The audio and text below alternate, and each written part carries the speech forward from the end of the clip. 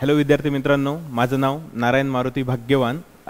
मी सध्या bank of Maharashtra Kalamb येथे as a clerk म्हणून काम करत आहे. मी 2019 या साली बँक ऑफ महाराष्ट्र कळंब येथे जॉईन झालो आहे. माझ्या जर प्रिपरेशनची जर स्टेज सांगण्याचा जर आपण विचार केला तर मी परभणी येथेच माझी तयारी केली आहे. आणि त्या काळामध्ये आपले वैभव सर हे मित्र म्हणून माझ्या कॉन्टॅक्टमध्ये आले. नंतर त्यांनी मला खूप असं गायडन्स केलं. मी माझ्या इनिशियल सुरुवातीच्या प्रिपरेशनच्या वेळेस मी स्वतःच अभ्यास करत होतो, सेल्फ स्टडी. पण नंतर असं मला रिअलाईज झालं की आय नीड सम गायडन्स. तर त्यानंतर मी वैभव सर यांना ॲज अ मित्र म्हणून भेटलो. त्यानंतर सरांनी मला असं योग्य असं गायडन्स दिलं आणि त्यानंतर मी माझ्या एक्झामची प्रिपरेशन केली. आणि माझा SBI क्लर्क हा रिझल्ट 2017चा 0.75ने गेला. त्यानंतर मी IBPS POला बी समथिंग ह्याच याने माझं सिलेक्शन झालं नाही. त्यानंतर वैभव सरांनी मला सांगितलं की प्रिपरेशन करत राहा. जे काही तुला फेल्युअर येतील, एक वेळ अशी येईल की सक्सेस जे तुला पाहिजे ते भेटून जाईल. त्यानंतर त्यांनी या माझ्या जर्नीमध्ये एक मोलाचं असं कार्य केलं की त्यांना मला कंटिन्यू फोकस स्टडी करायला लावली.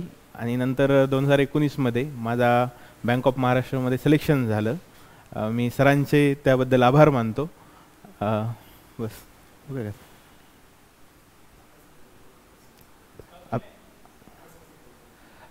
अभ्यासाबद्दल जर बोलायचं झालं तर तुम्हाला जर असं वेगवेगळ्या प्रकारचं कॅटेगरायझेशन करावं लागतं अभ्यासामध्ये.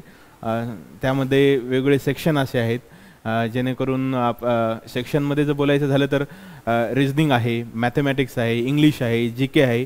आणि तुम्हाला प्रत्येक सेक्शनला एक वेटेज दिलेलं आहे. आणि तुम्हाला बी जेव्हा ते वेटेज दिलेलं असतं तर त्यानंतर तुमची तशी स्ट्रॅटेजी बनवावी लागते की मला सपोज आता प्रिपरेशन करायची मॅथमॅटिक्सची, तर किती टाईम द्यायचा.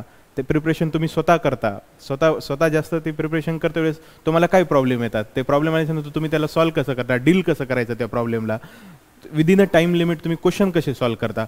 जर तुम्हाला ते क्वेश्चन सॉल्व्ह करता आले नाही, त्याचे काही शॉर्ट ट्रिक्स आहेत का, ह्या सर्व गोष्टी तुम्हाला ॲनालाइज करावं लागेल. तुमचा एक पॅटर्न बनवावा लागेल. आणि तो जो पॅटर्न आहे तो तुम्हाला कंटिन्युअसली विथ एफर्ट्स तुमचे 100% देऊन तो पॅटर्न तुम्हाला एक्झिक्यूट करावा लागणार आहे. काही जर प्रॉब्लेम आला तर तुम्हाला मार्गदर्शन हे अतिशय महत्त्वाची स्टेज आहे की मार्गदर्शन तुम्हाला पाहिजेच. आणि ते मार्गदर्शन तुम्हाला जर म्हणले नाही मी स्वतःच करतो, जसं मी केलं. 1 वर्ष मी अशी प्रिपरेशन केली की मी सेल्फ स्टडी केली.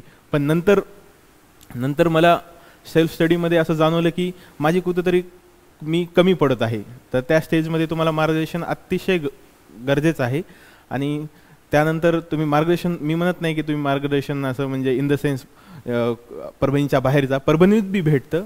फक्त तुम्ही स्वतः तशी तयारी करा. आता वैभव सर मला ॲज अ मित्र म्हणून कॉन्टॅक्टमध्ये आले. त्यानंतर सरांनी मला मार्गदर्शन केलं की मॅथमॅटिक्सबद्दल नारायण तुला आपलं आता विद्यार्थ्यांचं कसं असतं प्रिपरेशन स्टेजमध्ये, प्रत्येक विद्यार्थ्यांना प्रत्येक क्वेश्चन येतो, याबद्दल काही नाही, क्वेश्चन येतो. पण त्याला टाईम किती अलोकेट करतो. सपोज तुम्हाला एक क्वेश्चन आहे, त्याला विदिन 20 to 30 सेकंडमध्ये तुम्हाला सॉल्व्ह करायचा, पण तुम्ही तिथं 1 मिनटं लावायले. तर हे तुम्हाला जो डिफरन्स आहे हा तुमचा हार्डवर्कनं कमी होईल, पण त्याला वेळ लागेल. पण त्यासाठी तुम्हाला लागणार आहे काय की मार्गदर्शन. आणि ते मार्गदर्शन तुम्ही ठरवायचं की कसं भेटेल. आता परभणीमध्ये वैभव सरांनी मला मॅथमॅटिक्सबद्दल खूप सारं असं मार्गदर्शन केलं की तू कसं सॉल्व्ह करू शकतो. मॅथमॅटिक्स झालं, रिजनिंग झालं. आणि सरांनी इव्हन इंग्लिशमध्ये बी मला खूप सारं, आता इंग्लिशबद्दल बोलायचं झालं तर माझं बॅकग्राऊंड तर जिल्हा परिषद शाळेतलंच आहे. तर इंग्लिशसाठी सरांनी मला रेग्युलर पेपर रिडिंग, त्यानंतर शब्द वोकॅबलरीवर कसं फोकस करायचं, त्यानंतर शब्द रीडिंगबद्दल तुम्हाला परसिस्टंटली कशी रीडिंग करायची. आणि विशेष म्हणजे की तुम्ही कसं रीड करता, म्हणजे तुम्हाला नुसतं वाचायचं म्हणून वाचायचं नाही, रीड करते वेळेस तुम्हाला पॅराग्राफ कसा अंडरस्टूड करता, ते पॅराग्राफ तुम्हाला समजतं किती. आणि बँकिंगमध्ये जर बोलायचं झालं तर इंग्लिश हा विषय असा आहे की तुम्हाला एव्हरीथिंग इज कॉम्प्रेन्शन बेस.